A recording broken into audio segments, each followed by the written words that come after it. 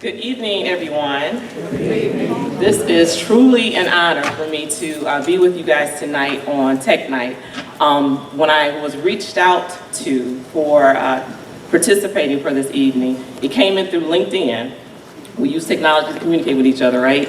And I was kind of surprised. I'm like, me? Like, why me? And after talking to the gentleman about why this event is occurring, what you were looking for, I thought, okay, this will be awesome. So I really appreciate being asked to come and participate. And I also want to acknowledge my executive administrative assistant, Aaliyah, who came out tonight with me. So I'm going to share a little bit about myself, a little bit about my journey in information security, and provide a little bit of advice for those of you who may be interested in getting into information security as a field of profession, or if you're thinking about it as a degree. So just for a show of hands, within this room, how many of you already are interested in the field of information security? Or just thought about it just a little bit? Is anyone in here already in the degree of some level? Okay, I'm gonna sell you tonight, okay? I'm gonna sell you. Because I need more people. It is the one industry that we are starving for resources. And I'm gonna get to why we're starving. So as mentioned, I've been in IT for about 27 years. I know I don't look like it, right? No. Right. 27 years. And got out of college and decided, what do I want to do? I love to solve problems. I love to tinker with computers. And I went and worked for a local beverage company because I've been in Detroit my whole life. And I came on as their intern. I was truly an intern for about a year. And I was desktop support. So they hired me to do nothing more than to create procedures on how to install software on their computers. Because at that time, most companies were starting to roll out desktop computers, compact desktop computers. Windows 3.0 was the new operating system at that time. Yes. Yes. And so my job was to install software. And so I created these desktop procedures and thought it was really interesting on how the desktop functioned. Then I got curious and wanted to know what happened after you logged onto the computer and then this plug that was in the back of the computer went behind some wall somewhere and connected data. So what does that look like? So I dug deep, followed everybody around, asked a lot of questions, allowed them to give me all the grunt work, and so I could learn and absorb what they knew. Then I graduated and I asked for a job, and they were very welcoming to let me, be hired in. And so I was just I call it a desktop support. I moved on and became a network administrator. So back then, the company I worked for, Novell was the operating system. So I got my Novell certification, and I was all excited about learning about how servers worked and how they communicated with computers. And then I moved on and became a network engineer. So I wanted to build servers. So I went from the desktop, logging on to applications, to network administration, which was handing out passwords and IDs, to network engineering, which was all about building a server. And I would sit in a data center for hours sometimes, loading the operating system at that time, which was on diskettes. Took a whole lot of them to get the entire operating system loaded. So after I did network engineering, I went and moved to the systems engineering team. And that allowed me to understand how networks communicated across multiple buildings, because the company I worked for at the time wanted to communicate to their plants and to their business units, which were all across the country. And at that time I was, 22, and they asked who can go on the road for the next 2 years, because we're going to do a wide area network and we want all our plants and all our people to be one nice sized company. And I immediately raised my hand, I'll go. And for 2 years straight, I was on the road, back and forward between Detroit, Texas, Detroit, LA, Detroit, North Carolina. I didn't care. I was out there so I could learn technology and so I could understand the entire picture, because I love to understand the puzzle. And so after doing that job for a couple years, I left that company and I moved into more of a project management. So I could take my technical background and then allow myself to lead teams on how do you build out a computer system. How do you then install solutions for a company that was looking to install like a certain application, whether it was PeopleSoft, which is payroll system, or whether it was Windows as an operating system, or Exchange as an email system. So I did that for a couple of years. And then after that, I moved on to become a disaster recovery and business continuity leader. And I think at that point in time, I understood that there's more to build on top of all the technology that I've learned. So you might ask, well, how did you get into information security? I didn't go looking for it. Actually, I got pushed into it. At the time, I was working for an organization. The leader I worked for was the CIO. And he said, I want you to lead our security program, which at that time, well, there was no program. It was just, we have a couple problems that we need to solve. You're good at solving problems. You have a technical background. I know you can figure it out. I said, okay, I'll think about it, because I wasn't loving the whole information security thing, because it seemed so like physical security wasn't like it is right now. But after about a week of talking back and forth about what he was expecting me to do and what I thought I could do to bring value to the organization, I said, fine, I'll do it, with a blank sheet of paper. So I went in and started building out the security program at the time for that company. So I actually got pushed in, but once I got there and I started realizing, wow, this is interesting. This is a problem-solving puzzle, thinking like how you're not supposed to get access, but you can. How can I break something that shouldn't work this way? Things are technically or functionally supposed to do X, Y, and Z, but I can make it do different. That's what really, really intrigued me when I got into security. And depending on what area of security you want to go into, you can do a whole lot with it. Now, as I stepped through my career, I kept learning. So each job, like I described, was just a building block to the next job.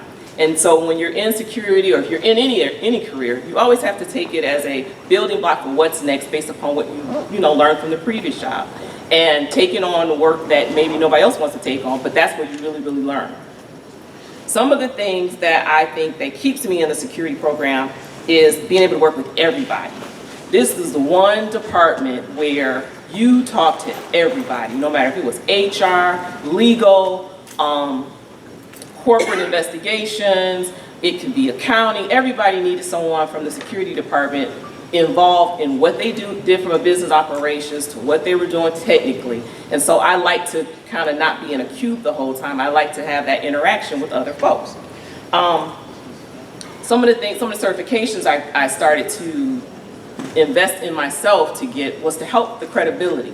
So at the time, security was kind of evolving. It's not as huge as it was today, but certifications were coming on the scene. People were using those as methods to determine, do you have the credibility to come in here and tell me exactly what I need to do in order to build a program, in order to secure the organization. So at Blue Cross, so I've been at Blue Cross for about 8 years, and as mentioned, I'm the director in the security department. I've done a lot of stuff at Blue. I have built their security organization from the ground up. There was minimum controls in place when I got there. Things that we were HIPAA compliant already, but the security program is a little bit different. You can be HIPAA compliant, which means you comply with the law.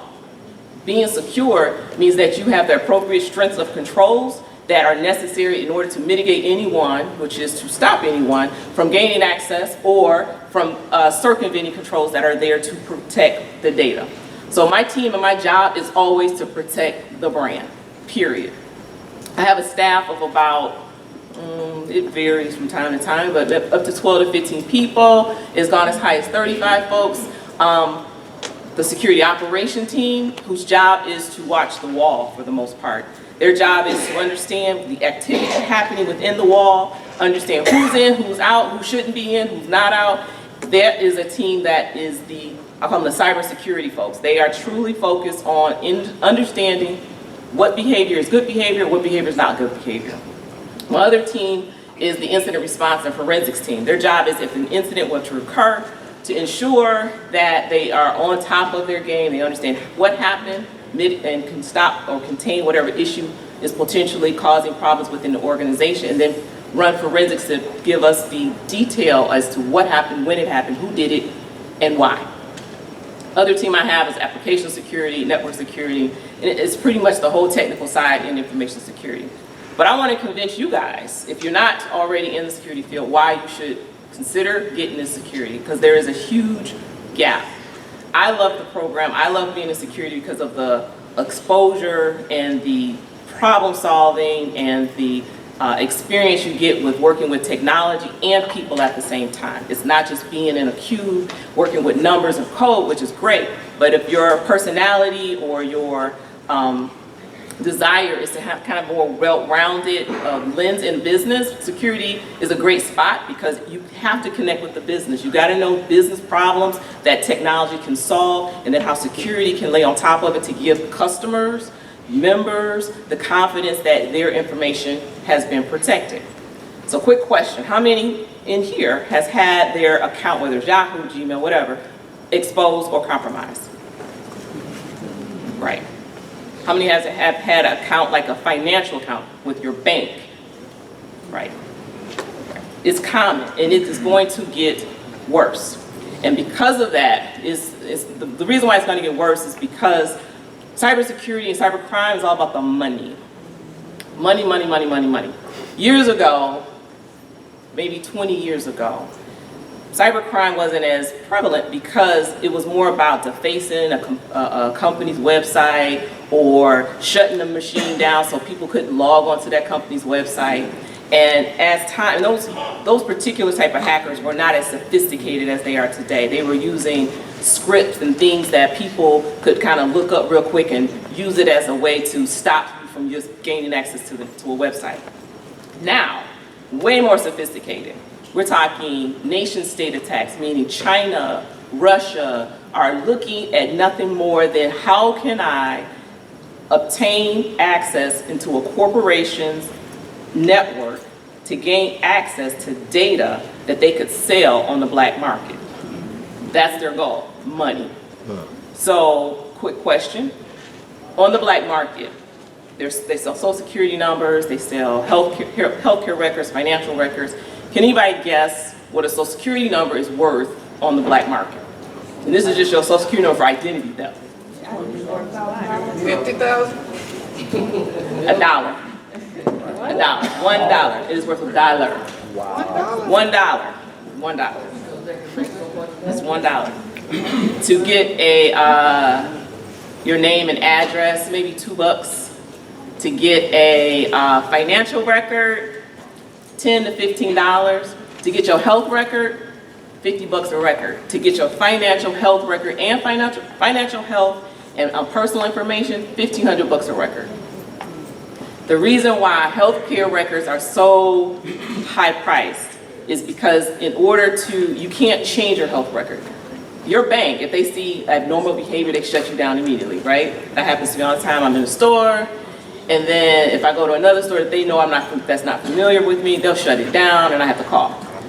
Healthcare records, they don't flip over like that. You won't know somebody is taking advantage of your healthcare information until you look at your EOB, which is explanation of benefits.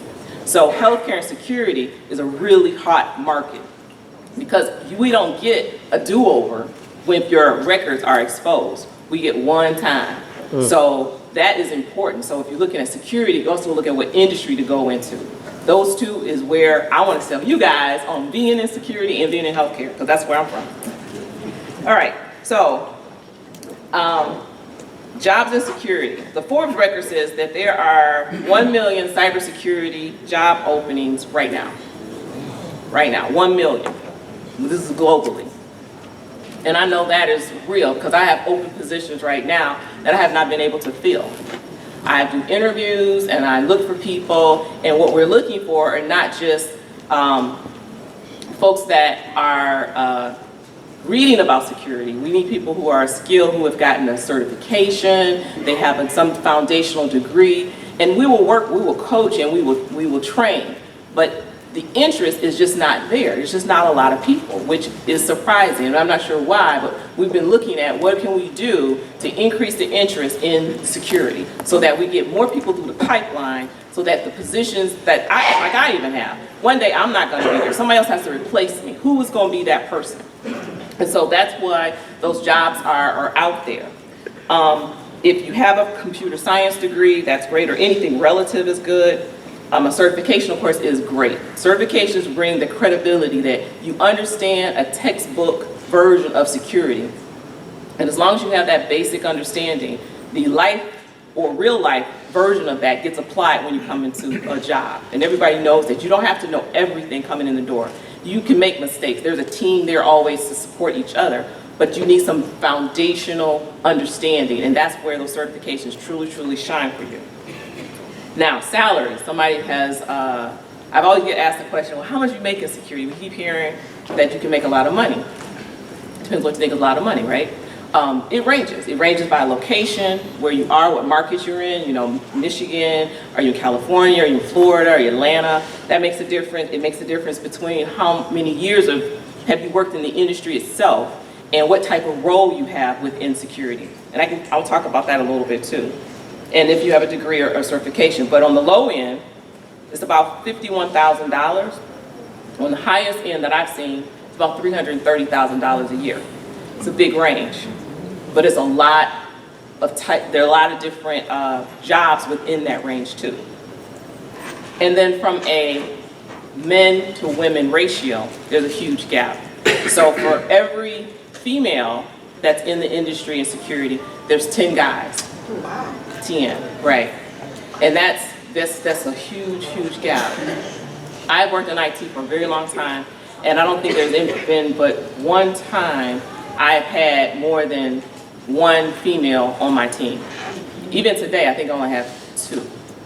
And that's not counting my administrative assistant. But it's not a lot of women, but it's a lot of opportunity. So if you're a female and you're interested, please think seriously. Yes, you can do this. Even if you don't see you can do this.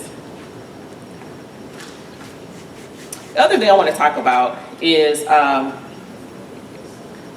5 things I want to just leave with you about what you should consider or what you should think about if you're looking to get into security or any field. 1, don't start a job, start a career. It's a big difference. A job is something I think, in my opinion, you go to, you're just like, I'm just here because I gotta be here and I'm leaving. I love my career. I love my job, I love my career, I love what I do.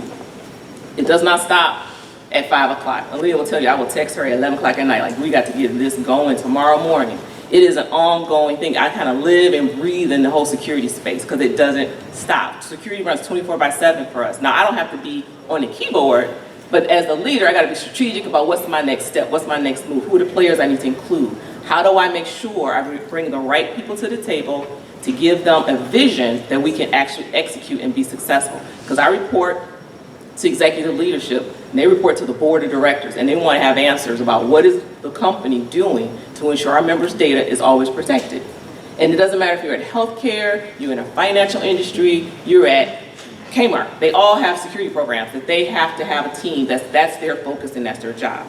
And you may, as you get into the field, don't worry about the glamour of it all. Do the grunt work. That's where you really get the learning in, the grunt work. You can build upon that, and then one day, as you develop those skills, you start moving really fast. Keep in mind that you always have to learn. I graduated from UAD, got 2 degrees, went into the field of IT, got some certifications, and I still learn. I'm reading constantly. I look on the web. I look at a lot of articles on the web. I do conferences a lot so that I can stay up to speed on what's going on because it's continuously moving.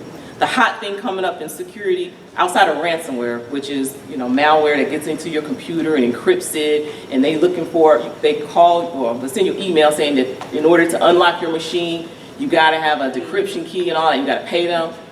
So that's one.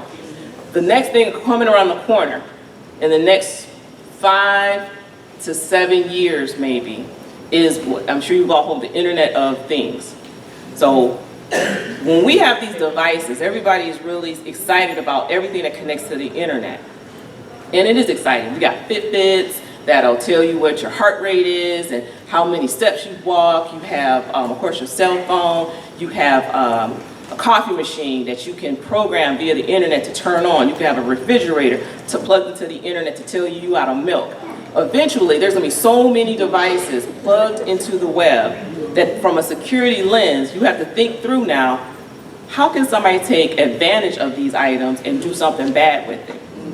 I love the fact my car can talk to the satellite and tell me, what's coming on the radio or tell me how to get home. But think about what if somebody could take over my car and hit the brakes and I didn't hit the brakes, or speed me up and it shouldn't speed up. That kind of stuff that can be scary. So there's a emerging demand for security people who will look at these problems that need to be solved and start helping figure out what technology needs to be in place to solve those problems, what processes need to be in place to solve those problems.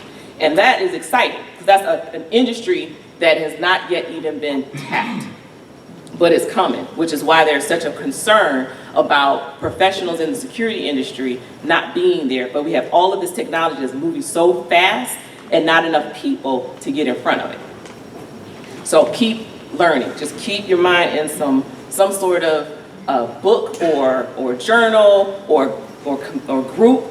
Join groups that help you kind of keep up to speed on what's going on in the security industry. That's always very helpful. The other thing is, of course, getting that certification. You don't have to jump out and get the highest certification. The certifications do cost. You can get the Security Plus first. CISSP is always a really good, solid certification. When I look at someone's resume, I look to see, do you have a CISSP? And all that means is the foundation of information security.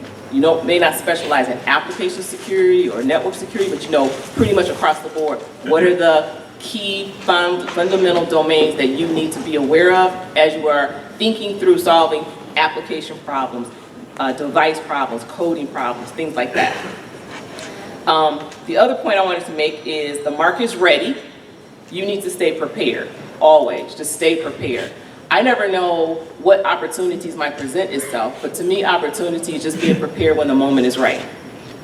Let's just be prepared. That keeps you sharp, that keeps you exposed to things that are coming. Sometimes you don't even know an opportunity is going to exist. They just create a job because you seem to be someone who can take care of this type of problem. So stay sharp and stay prepared. The worldwide spending on information security is going to reach $75 billion for 2015. It reached $75 billion in 2015, which was up 4.7% from 2014. The market, the cybersecurity market, is expected to be worth $170 billion by 2020. And we talk about a market, so we're not just talking about the people. The technology that's getting built today is ridiculous. It's every single day there's some new technologies coming out to solve a problem. And that's a market within itself. Then you have consultants who are making money off of solving problems for companies. And then some companies are using what they call managed security services, MSS. What that is just some company who's outsourced a certain type of service or security service to a third-party company. There's a market in there. You don't necessarily have to work specifically for a company. You can always work for a managed security service provider. That's a huge market too. And don't worry about all the details of what is it you have to particularly do. Most companies will just teach you the job. They will teach it to you. And like I said, with the new wave of crime coming with IoT, that's going to keep us pretty much employed. The last 2 points I want to make: be passionate about your career. Be passionate, be passionate, be passionate, because sometimes it doesn't always work the way you want. I have taken lateral move positions. Sometimes I've taken 2 steps back. I went from a division director from one company and went all the way back to a manager. It didn't matter to me because I love the field. And because the field is so wide open, you will take steps very, very quickly without a lot of time. So just be very passionate about what you do. Don't do it because you think it sounds good and everybody keeps saying security is hot. Love what you do in the field itself. And the last point is get a mentor. That's important. I have mentors. That's really key. Surround yourself with people who are going to be objective with you. Someone who's going to help nurture your career, give you good advice, give you opportunity, expose you to people that they may know, so that you can flourish in your field and you will have a very successful career at that time. So with that, I'm going to stop talking, and I would love to open up the floor for any questions you may have for me.